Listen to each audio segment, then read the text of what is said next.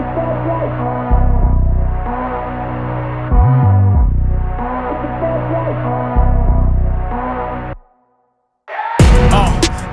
life, the fast living. They see the ambition, they know I'm past driven. Look, we are not the same, this is not a game. I be swerving through the city in and out of lanes. Yeah, cause if I see it, then I want it, then you better know I got it. Ain't no options, I'm about to do the damn thing. I'm an outlaw, you can never catch me. I'm in first place, you can never. These are the moments, only got one life. This is your moment, whether wrong or right. Hello, everyone. Welcome to the Spot Real Talk. My name is Tiara. I'm Tiffany. And I'm Ron. And today we are back to discuss another episode of Cross, the new hit series on Amazon Prime. If you have not started watching it, you need to, because it is a hot show. And we are ready to talk about episode 2. This was titled Ride the White Horsey. But before we get into our conversation, please make sure you subscribe to our channel, like this video, and click that thumbs up button. We are very interested in hearing what you guys have to say about the series too. So drop down into the comment section and give us your thoughts on the series. No spoilers. We're talking about episode 2 only, so no spoilers. But I loved what you guys had to say about the first episode. A lot of great comments that we got. And a lot of insight that you guys provided about the Cross book series and some of the previous Cross interpretations. So we are really excited about you guys' viewership and your participation. So keep it up. So now let's go ahead and jump into this episode, which starts off with Alex pulling the gun on Janie, his daughter. So we know Alex has some issues with someone from his past kind of playing with him right now. And last episode, they were actually in his house. So he's real paranoid right now. And, it happened a couple of times throughout this episode. And so, the kids are involved and they're really sensitive because like they walking on eggshells around him. They're picking up on his energy basically. And I think that it's kind of unfortunate for the whole family because it's been a year since Maria's death and they're trying their best to move on. And yet they have this person kind of taunting them in the background. And, we've seen it with Janie on the security camera. She was being talked to. And I was like, that is real creepy. And then to make it worse, they were actually in the driveway and had written his wife's death date into the hopscotch blocks. So I was like, that is definitely real creepy. It was. One of the things that got me though is because I was like, Danny, he's a cop. Alex is a cop. And I know he has instilled in them kids about talking to strangers and stuff. I know he must have.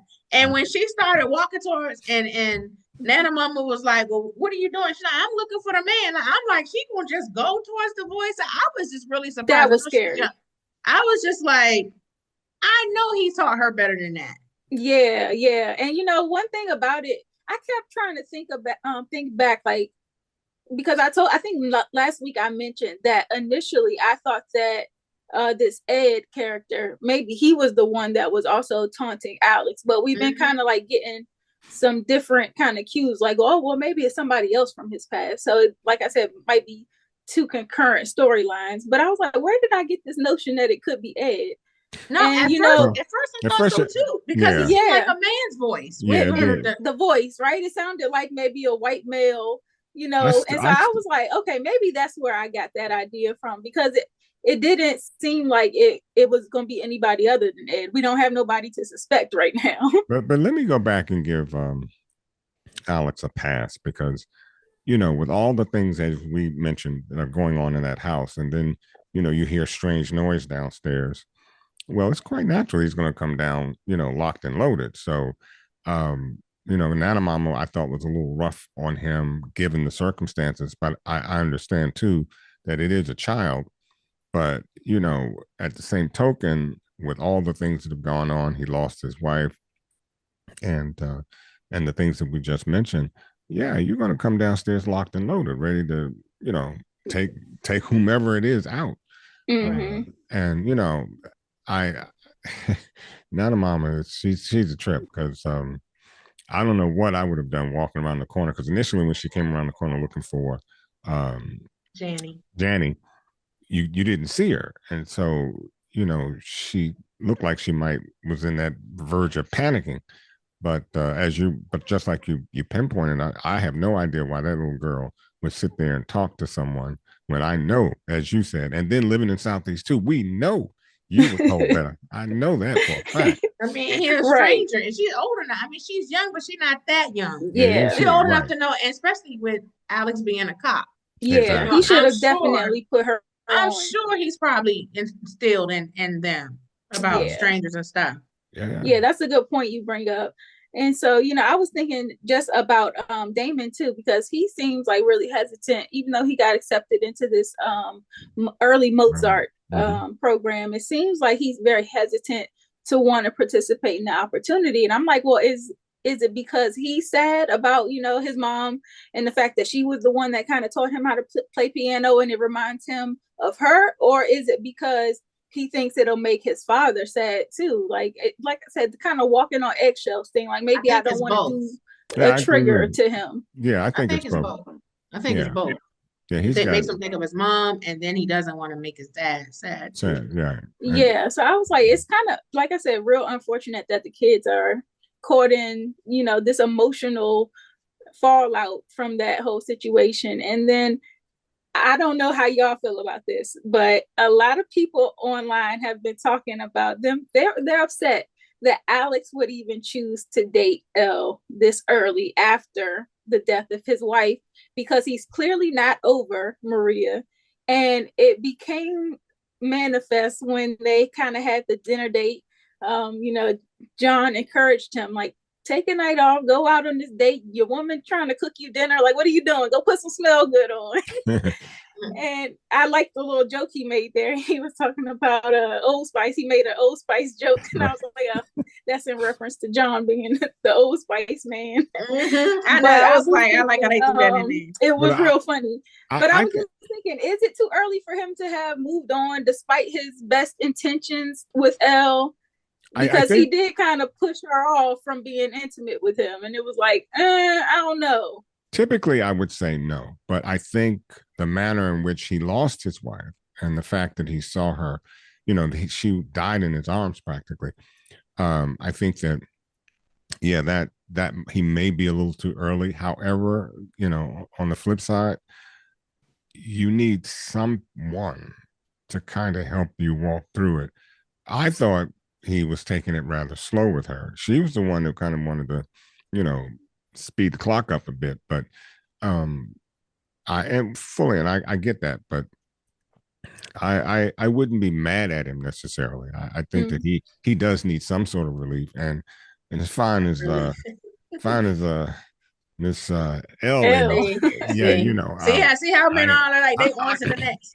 I'm just saying, just making a comment from it's a truism. She's a fine woman, so you might want to keep her in your pocket some kind of way. In your pocket. Well, okay,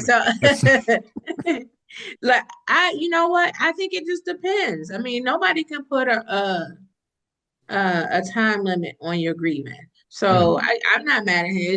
It's been over a year.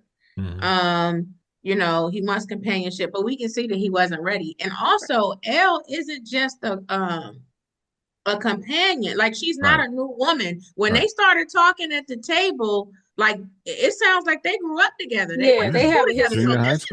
So this is not a stranger. No, this is somebody who's also familiar to him and everything. So when I saw that, I was like, okay, so she's an old friend. Like, it's not like he just jumping out there and with that, that's the key. A certain comfort level there, so he doesn't have to. So I think people should ease up. Like, let him. I agree, because I kind of I was thinking, okay, maybe it is too early to date, but once he dropped that little tidbit about them in junior high school and whatnot, I was like, oh, okay, so they have history here. Yeah, I was like, so this isn't just completely out of left field. Like, he just pick somebody up at a bar, so that's why I was like, okay, I can see him, like he's doing currently, taking it easy, trying to put his feet back in the water and just take it slow. But I'm not mad at Elle for, making a move because No, I wouldn't either. There y'all go. There y'all go. See, At all. That is, yeah. Okay, Yeah, well, I'm gonna leave it at that. Exactly. Sitting across from that chocolate. Yeah. I'm not mad at Elle. All right. Yeah, but All right. if we start talking a little bit more about the case now, because we know last episode they left off where Tavio had been shot by the sniper, and so now they're kind of just picking up the pieces from that. Of course, Chief Anderson is pissed off about it because now they have 2 murders on their hands, and she's trying to make it seem like, oh, well, this is an opportunity for us to say that Tavio's death was in retaliation for him knowing something about what's his name? Goodspeed. Emir. Yeah, Goodspeed. Yeah, and so I was like, something else. Yeah. Instead of like Cross is saying, why don't we just call it a spade a spade? These murders were targeted, they were intentional, they're related, and so they're kind of, like I said, picking up the pieces from that and trying to get enough information to figure out, one, who was this shooter. And they're kind of say it's a street thing, and John made a good point, like, what street gangs that got a sniper on? Yeah, sniper. Right. Yeah, exactly. Right. It ain't happening. Yeah, so that should have given them the clues that they needed right there, especially to the chief, to know that this wasn't just a street related incident. So they kind of look through the video and they see, well, Alex sees, he kind of points out, like, look, girlfriend is right there. You can see her snatching the phone up off of Tavio at the scene of the crime. So I'm like, okay, how did that happen, first of all? Because they should have definitely been on their P's and Q's with that, because that's evidence. Yeah, I think she, I think while the police were trying to calm the crowd and everything like that, like she like hurried up and grabbed it and stuff. So yeah, I think she grabbed it before anybody would know about it. Yeah, but just like I said in episode 1, you give Alex all these credentials and being a top-notch detective, but then when he questions, like the video, Lieutenant Macy still has a problem with what he's saying, and I'm like, I'm scratching my head trying to figure out now. It's either you can't have it both ways. He's either as good as you say he is, or he's not. Right. And he was the one to pinpoint that. Look, the phone had been stolen by, what's her name? Wendy. What's her name? Vanessa. Vanessa. Sorry, yeah, Vanessa. You could see clearly took the phone. So right then and there, that opens the gate that there's some kind of nefarious thing going on with this. This is not just a open and shut case. So. Well, that's what she told him. Like, go follow up with phone girl. That's as she called her. Yeah, phone girl. Phone girl. Right. Yeah. Wow. Yeah. So kind of like that opens the door, because Vanessa knows now that she's going to be a target, and so she does the right thing and passing her son off to her sister, and making sure that her son is covered. But I think that she made a few missteps that ultimately landed her in the predicament she ended up in. And so she is on the run, and Alex goes and questions the son. Well, the sister first, but once sis wasn't giving nothing up, Alex started talking to her son, which I was like, oh, that might have been a little bit of overstepping. Now, yes, it was. I was like, oh, that's not ethical. I was like, now technically an adult was present, but still, you're interrogating the child. So I wasn't interrogation, like, but he needed to know when it was interrogation. He was like, when the last time you said, "Mommy, we're trying to help mommy." Da, da, da. That's not interrogation. He overstepped. True. There should have been an adult present. Absolutely, hands down. Well, I mean, the sister is an adult. I'm assuming she's an adult, so adult was present, but she didn't get. I don't think she gave consent. She didn't give consent, and she's not the guardian to ask those questions, because you're supposed to get consent from an adult. Correct. Right. Yeah, so that's why I was like, "Ooh, I don't know about that, Alex. I might gotta give you the hands." Right.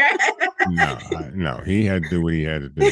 Right. Simple as that. And had he, maybe had they cooperated sooner, Vanessa might not have been in the plight we ultimately find her in. So, well, we learned that this white horse has some reference. So the white horsey in the title it comes into play in this scene because, you know, her son, Vanessa's son, releases this detail about the white horse. And, you know, mom said, when she gets back, we can ride the white horsey. And it doesn't really make sense to Alex at that point in time.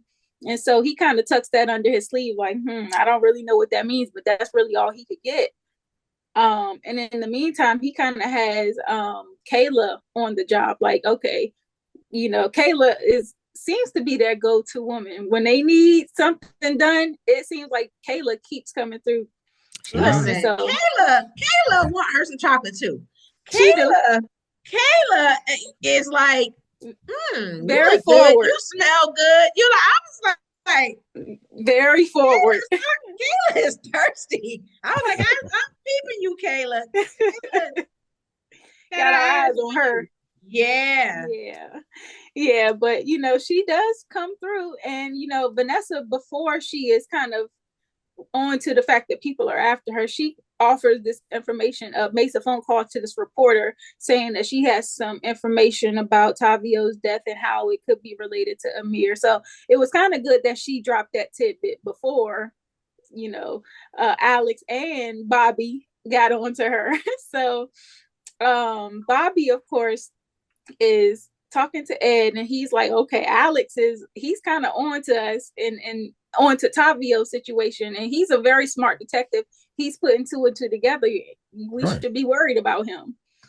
And so Ed kind of puts him on to the fact that Vanessa worked at this salon, and that, you know, this is where you can find this girl or whatnot. And so obviously Ed is kind of luring Shannon in the background, which we're going to talk more about that. But I thought Bobby was smart to warn him, like, bro, the heat is on, the streets is on fire, and you thinking about doing this right now? Yeah, I did. You know, I was kind of happy to see Bobby, you know, wasn't under Ed's control. You know, he is, but he got a little bark back. Well, he's got a lot of bark, and he just wanted to get paid. You know, right. But it was just interesting how Bobby was able to find Vanessa, because, you know, John and Alex, as they sat and mulled through the fact that, you know, she may be a little nervous or upset, and she's going to go back to familiar territory. And then they draw rather a circumference around the area in which she lived and worked. And lo and behold, they come up with the motel, and when they get there, we see that it has a white horsey. So that's what he did a little psychoanalysis there. His I mean, you know, working that mind coming into play. And the map for that. The map. Because Kayla was able to locate the phone once they turned it on and figure out the radius of the area it was kind of pinging in. Right. So I think that Bobby made a misstep there, because if you are after this phone and the information in it, he kind of pushed her for the passcode and whatnot. It was pushing Vanessa to give up the passcode, and he turned the phone on and was trying to make her put it in. And I'm like, well, that's a mistake there, because obviously you as a cop know that it's going to ping off a tower. So why would you do that, first of all? And then I'm thinking, you don't need the passcode to destroy the evidence. You don't have to physically go up in there and delete the video or whatnot. So I'm like, why was all that, you know, necessary? Why did he need to torture her? Why did he have to, you know, plead with her for the passcode? Just take the phone, go and destroy it on your own. So that kind of like he's crazy too. He is crazy. We thought Ed was crazy. Ed is crazy, but Bobby crazy in his own right too. Bobby was wilding out. I mean, he was getting high. That little naked dance he was doing. He snorted up about a pound of cocaine. I mean, you know, so I can see why he didn't, you know, stop to think. Well, in fact, he did at maybe I'm thinking about. Well, he caught her when she tried to send she tried to like forward it to herself. Right. So when he caught her, I was like, okay, that's when she kind of sealed her fate with him. Yeah. Well, I'm like, she should have been dead. She was anyway. The first thing she was going to die either way. Oh, she was. Yeah. I think he was trying to get the code from her first, get the information, and then he was going to eliminate her. Exactly. Oh yeah, but he shouldn't have counted on the fact that she didn't already send it to herself, because if I was in that predicament, I'm like, I would have probably save the backup just in case. Exactly. Put it in the cloud somewhere. Right. Put it For in an something email. that important. Yeah. You say, and I say, Bobby, you can do what you want with me, but Exactly. that sucker is already gone, and it's gone to a few friends of mine. So if they Mhm. don't hear from me, Yeah, and that's why I was a little irritated with Vanessa, because I'm like, girl, you should have been did all this. You should have sent it to yourself. I don't think you she should have knew.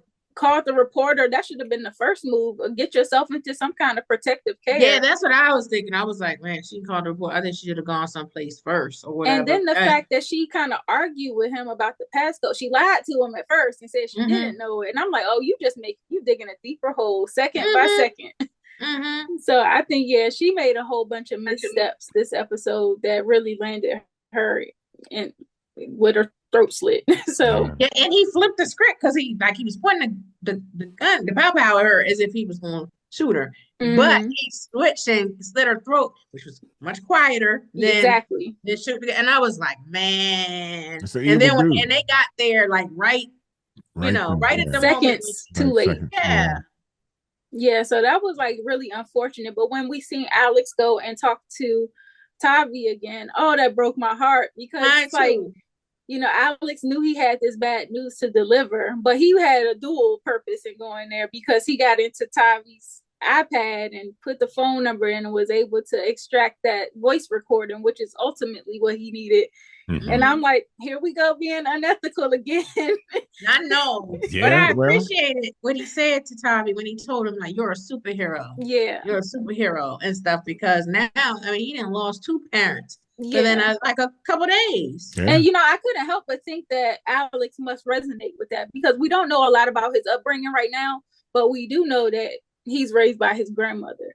And so he can probably relate to the fact of not having his parents in his life and what it takes to overcome that adversity. And so he's kind of imparting to Tavi, like, you're going to need to be strong. It's going to be a bad day, and there's going to be a lot of bad days ahead, but you're going to need to be the superhero. And so like you said, it was pulling at my heartstrings a little bit, but I was also a little like, Alex, doggone well, you shouldn't be in that boy's iPad. Right. And then like you said, Ron, you got to do what you got to do, right? You got to do what you got to do. And that iPad was, look, whether you might say it's evidence or could be used in evidence, little boy gave it to him. So, hey, okay, now I have the iPad. Emphasis on little boy. Right. Hey, look. All right. He talking about I can show you a cheat code in your game. He did. He showed him a cheat code and he cheated himself. I mean, I don't blame what he did, not one bit. I mean, he wasn't going to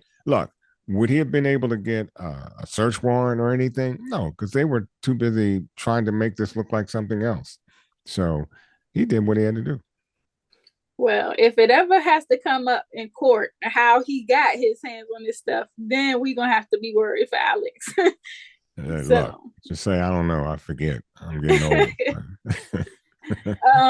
And so I felt that was a good scene. I enjoyed that. But poor little Tavi, I wonder, how he's going to take the news. It seems like right as Alex was imparting that information with Tavi, the sister had kind of just found out about the Vanessa's death, and so she was kind of pulling her son into the house. I'm like, I told you not to talk to him. So he was crying too. So it looked like she probably had just really gotten the news. Yeah. So we're gonna have to see, because now this is 3 murders in connection to that situation. I'm like, they just dropping like flies. This can't be good news for the city, for the department. I know that the media is in a frenzy. So and Alex kind of made a deal with the reporter Tanya to release some information in connection to that case about the death, and the reporter kind of made a deal with him, like, you give me first dibs and I'll do you this favor, where I kind of release information. So I think it was kind of strategic. He was trying to delay the family from finding out, I guess, before he could do what he needed to do to get that recording. So I guess that worked out in his situation. But I want to talk about Ed now, because Ed is a hot mess. First of all, he out here catfishing. set up that Wow. false profile, and Yeah. and then when Shannon meets him, it's a completely different person, and so that should have been red flag number one. I mean, her Right. antennas definitely went up, Well, they went up, but she he worked his charm on her no, and was she needed a friend like a sister. See, a sister would have long been gone. yeah. Exactly. I mean, exactly. Okay, how many wrongs can he have and that you still trust him? In that short No. amount of time that they talked, he had a whole bunch of wrongs. Bunch of wrongs. Yeah, I know. I think she was impressed by, they share a love of art and things like And that. books, but, yeah. Yeah, but when she was talking about going to this interview, and he was like, come by before you come, I can help you and stuff. I'm like, we can have a Zoom call. Right. They don't need to come by your house. Exactly. And the other part is like he she talked about how she wanted this gig at the Ritz, like doing art procurement and stuff like that. And then next thing you know, you get an interview with the Ritz, and it's like he's obviously pulling some strings. And I don't know if I would have appreciated that.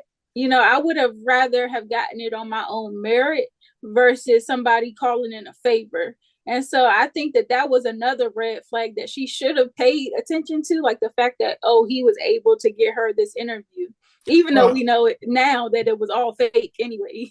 I was going to say, but in DC, a lot of people look for them type of connections. Right. Here. And in the best of all worlds, I've seen a lot of people looking for those hookups. So I can see why she was impressed by that. And in the best of all worlds, you want to be with someone that has that kind of influence, So and I wouldn't doubt her for that. But I mean, catfishing, man. I mean, if you don't look like the person that you say you are, you need to go back and regroup because yeah, I might not have been as upset about him calling in the favor if there wasn't all the other red flags. Yeah. Right. It was just too many of them piled up in like a 5-minute span. 1 minute, actually. And against her, I guess her better judgment. But yeah, better judgment. She still went over to Ed's house. And this whole scene got me second guessing using outside hand sanitizer now. Well, I know. I seen that and I was like, oh snap! It didn't even register with me. As soon as she walked in the door, she hit the hand sanitizer, was talking, chilling with him, and then we found out on top of that he done spoofed her phone. So everything that she thought she was sending to her mom was really him. Was him. Oh, and Ed reminded me of Joe from You because when he talked about how he had been in her house and that he knew that she was a germaphobe, and knew that she had hand sanitizer, he said that's why I had it by the door. I was like, that sounds like something Joe would do. It sure do. Absolutely. Yep. It was almost every movie made was that move Joe would have made. So you're absolutely right. But next time, sweetie, bring your own hand sanitizer. Keep it in your bag. But I mean, again, she's innocent. She believes that who he is, who he claims he is, and she thought she was safe. But let your first date be somewhere neutral. You don't need to be over that man's house in the first place. Let it be neutral. And maybe the first, second, and third date, let that be neutral. Well, she thought she was being, I guess the art exhibits and whatnot was kind of the neutral introduction. They met at a coffee shop. And then I think she's like kind of feeding into the fact that, okay, this man's probably well connected. And I think that's the connections, like you said, Tiff, was probably what really cemented. This is probably okay. Nobody this high profile is going to harm me, And so she goes against her better judgment, like you said. Need I talk about the current circumstances we have in politics about high profile folks? So hey, that's all the more reason you should. Right. So, but I know Shannon was very naive in that situation. Exactly. And I think she now sees that she's about to pay dearly. Oh my gosh! With the way he had her just kind of incapacitated and passed out on the floor, and he's like, hello, Eileen. I'm like, oh Lord. I know. He's so diabolical though. I mean, to even come up with that scheme and that plan to, I mean, he's more than a serial killer. And he's a psycho. Yeah, he's a nut. Oh my God! It just brought back so many movies. Psycho, the one you were just mentioning with what was it, Joe? You look, and real serial killers like Ted Bundy and all of them, because although Ted Bundy he took Ted Bundy to another level. I mean, yeah, but he had schemes and stuff too. Oh, he did. And the charm, and that's why a lot of women believed him, because they were attracted to him. He was a law student. Like, he had all these things going for him too. Yeah, and that's the thing about Ed, is because, like I said, he is somebody with a lot of access and wealth. You see his house is like this big decked out mansion. Beautiful. And so you think somebody with that much access and that much prestige, they couldn't possibly hurt me. Like, that would be too much of a risk. They don't want to lose everything. And that's why Ed is like the perfect serial killer, because he's unsuspecting. Like, nobody would think that somebody in his position would be a nut. And he's pulling strings. He has a lot of people. He's puppeteering a lot of things. And because he has all this influence, he has a lot of dirt on everybody. One of the things I read about Bobby's character, like, Bobby's in it for the money, of course. Like, he wants money from him, but he also has some things over Bobby too, which I'm is sure able to get Bobby to, bend to his will. Yeah. So I was like, wow. That's the way the episode ended. So I'm like, we got a lot in store for these next couple of episodes. I'm really like, Shannon, is she gonna make it? I don't know. It's a hot mess with Ed, and it's like, he's the type of person that gets a lot of satisfaction out of the torture too. You could tell that he was kind of gloating in the fact that he was able to get her to do everything he thought she would do. Well, I think he has more satisfaction of being the artist that he proclaims to be. He really took painstaking efforts to make this woman, the artwork that we saw that he had, what we know what he was trying to do with it. So, he really kind of sees himself as an artist, and regardless to whether or how painful it may be for you, it's that artistry, that art aficionado type person that wants to just do what he does and make it perfect. Because I have to admit, as gruesome as he is, that was some, I mean, you got to be brilliant to come up with that stuff. And you know what, Ron, I'm glad you made that point about the type of art that they were viewing, because that was another red flag. Yeah. They're looking at the art and it's all gore. It's kind of related to death. It's very dark. It's very gothic. So yeah, I know that she's intrigued by the artwork and whatnot, but some of the comments he was making too, and I'm like, oh no, like, that would have immediately set my antennas off. Like, something ain't right here. Right. Sisters would have been like, no, she wouldn't have been there in the first place. But, Yeah, so I'm looking forward to seeing what they got up their sleeve for the next episode. As always, I love their DC references. They had a Marion Barry reference. They talked about St. Elizabeth. So it's like, if you know, if you're from the area, you're familiar with all these things. That's why I love it. The mambo sauce. When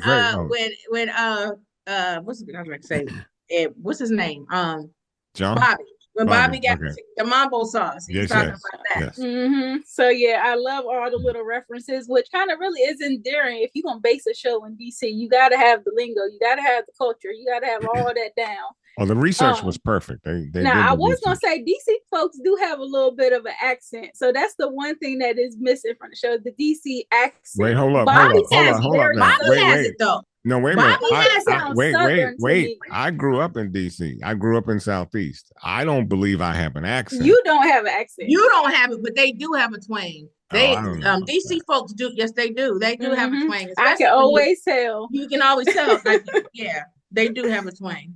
Okay. Yeah, but Bobby sounded a little bit more Southern than he did like DC to me. But I'm not going to nitpick. The show is well done otherwise. Well, most folks aren't Mohegans that live in DC. Most of them come from the north, the south. From North Carolina, South Carolina. Listen, I'm a transplant. Yeah. I'm born and raised, so I mean, y'all know I'm from Philly for real, but I'm a Yeah. transplant. Yeah, so there are a lot of transplants, as you say, that are in DC. Yeah.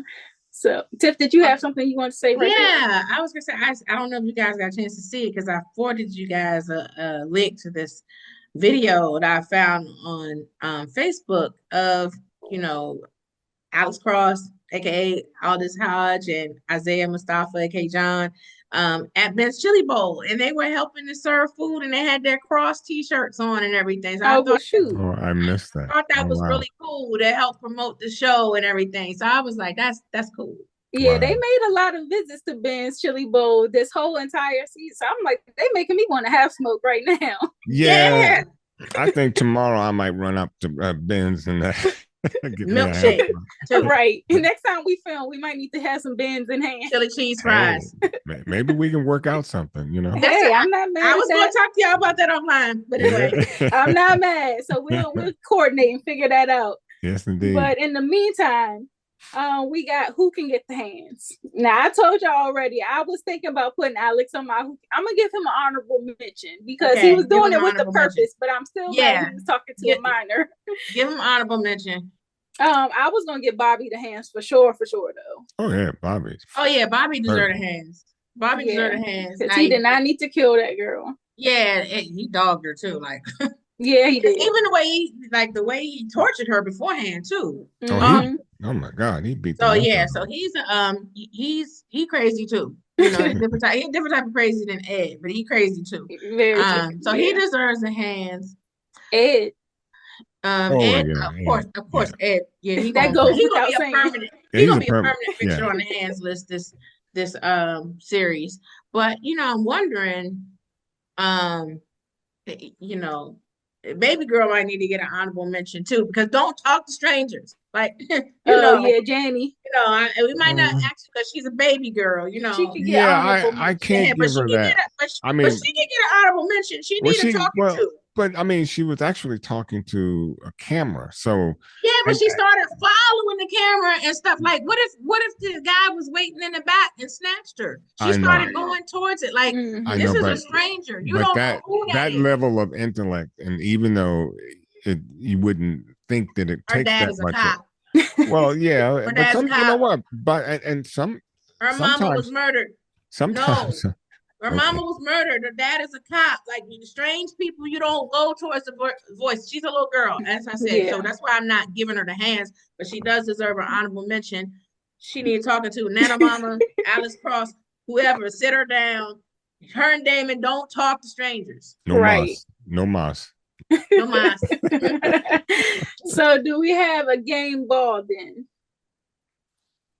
I don't see one this week. I was gonna say Kayla came through with the location. Okay, Kayla was thirsty, but she did come through. She did come through. Kayla has on top of Kayla. Leave Kayla alone. Kayla was just doing her thing. I know. She came through last episode too. Kayla, so this is her second. Kayla's eyeing them brothers that Look, y'all just had it. Kayla's doing her thing. She is coming in clutch. But yeah, that's Kayla, I see you. With hesitancy. I see you, Kayla. You smell good. I see you, Kayla. Yeah, she lurking. So yeah, she lurking. I guess with hesitancy, we're gonna give her a game ball. Yeah. We give her a game ball. She's been clutch. But I do want to give game ball to John too, because he's been a good support for Alex, even though Alex goes off the rails sometimes, and even though John did report him, he has Alex's best interest in mind, and so he's really trying to be a supportive friend in the best way he knows how. Yeah, and so he said he would watch the kids while Alex went on his date and whatnot. So I was like, okay, he's a very supportive person. He's a good person to have in Alex's corner. I can see him with permanent game ball. I think he deserved a game ball. I think he's a good.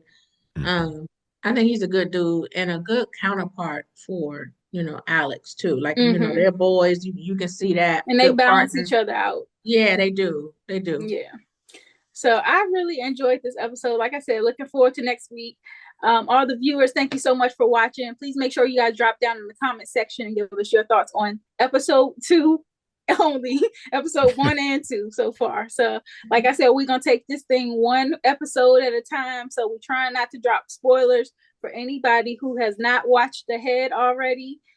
Please make sure you click that notification bell so you get alerted when we release our next recap, which we're gonna try to drop them like every few days since everything's already available anyway. So we're gonna try to stay on top of that, make sure you guys get the recaps in a timely way. Like I mentioned last week, we are going to try to cook up some interviews with possibly cast members or crew, anybody involved with the Cross show. So you definitely going to want the notification bell on for that, in case we are able to secure some talent interviews. And as always, follow us on our social media at The Spot Real Talk on all major social media platforms. Interact with us there. Drop your thoughts, do all that. Invite your friends and family to come and tune in, because we got a lot of great content, not just for Cross, but in the future we're gonna have a lot of shows that we recap. And if there are other things that you would like to see us recap, you're welcome to drop suggestions as well. Tiff, Ron, y'all got anything else? No. Okay, so on that note, we're gonna call it a night. Please make sure you're back in a few days as we come back to recap episode 3 of Cross. Good night. Good night. Bye. Make it look easy. Hey, stand up guy, boom, 10 toes. Big body pull up in a Range Rover. I can change the whole game when I say so. I pull up, shut it down, yeah, they know. Running this game ain't a thing for me. I never switched up, no change in me. The only thing changing this season, you go against me, then you know that you tweaking, okay? Cause baby, I'm him, I be on 10. Two-stepping in the party, I do not dance. Watch how I move, make it look easy. Counting up wins, that's part of the plan. Blackmail taking up my haters a CC. That can't fail, all my victories will repeat. I'm knee deep.